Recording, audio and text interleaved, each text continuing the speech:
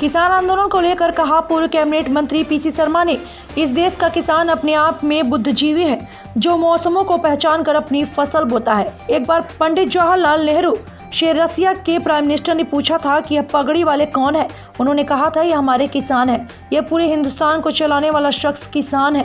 कृषि मंत्री कमल पटेल पर कसा तंज। कमल पटेल जो अपने आप को किसान बताते हैं, ईश्वर उन्हें सद्बुद्धि दे। हरदा जिले का किसान बहुत सशक्त है, वह खेती किसानी अच्छे से समझता है। पंजाब के बाद सबसे ज्यादा गेहूं हरदा में ही पैदा होता है। अगली बार जब वह चुनाव लड़ेंगे तो यह किसान पलटी कर देगा। सद्बुद्धि कमल पटेल को मिलना चाहिए। शराबबंदी को लेकर कहा, कई समाचार पत्रों में आज और कल छपा है कि जीएसटी से बहुत पैसा आ रहा है, फिर भी सरकार शराब के पीछे पड़ी हुई है। अब तो ऑनलाइन शराब बेचने की प्लानिंग की जा रही है, इसी शराब से लोगों की जान भी जा रही है। उमा भारती ने ठीक कहा है कि किसी भी तरह का नशा मध्य प्रदेश में ना हो। अगर महिलाओं को बचाना है तो शराबबंदी और नशाबंदी होना चाहिए। कोरोना वैक्सीन को लेकर कहा कि भोपाल में जितने भी शमशान घाट या कब्रिस्तान है वह कोरोना के कांटेक्ट में आते हैं। 1500 डेड बॉडी का दाह संस्कार भदभदा में हुआ था, तब 1200 से ज्यादा कब्रिस्तान में दफनाए गए। उनके बारे में कोई बात नहीं कर रहा, उनको भी वैक्सीन लगाई जाए। सबसे पहले शमशान और कब्रिस्तान जहां कोविड-19 मरीजों की दाह संस्कार हुआ, उनको वैक्सीन लगना चाहिए।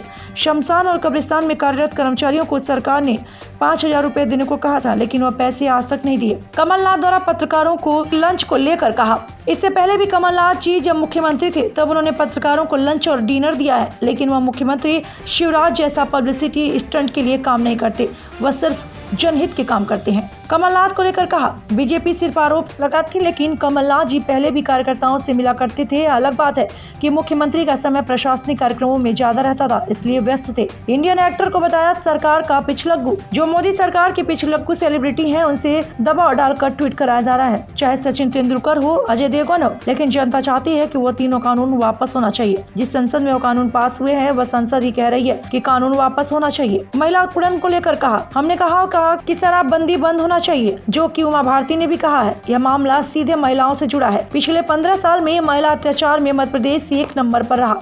आत्महत्या तथा दुष्कर्म की घटनाओं से प्रतिदिन समाचार पत्र भरे रहते हैं। सरकार सिर्फ अपनी पब्लिसिटी कर रही है। क्योंकि ईश्वर कृषि मंत्री कमल पटेल जो अपने आप को किसान बताते हैं, उनको ईश्वर सद्बुद्धि दे कि वो किसानों की बात करें। ये याद रखें कि जो हरदा जिले का किसान है वो बहुत सशक्त है और खेती किसानी बड़े अच्छे समझता है। और पंजाब के बाद अगर गेहूं ज़्यादा पैदा होता है तो हरदा में होता है। याद रखें कि अगला जब चुनाव लड़ोगे तो ये किसान जो है पलटी कर देगा। और सद्बुद्धि कमल पटेल जी को मिलना चाहिए कि किसानों जो किसान आंदोलन कर रहे हैं कि 3 काले कानून वापस लिए जाएं, उसके पक्ष में उनको भूख हड़ताल पे बैठना चाहिए, उपवास से बैठना चाहिए।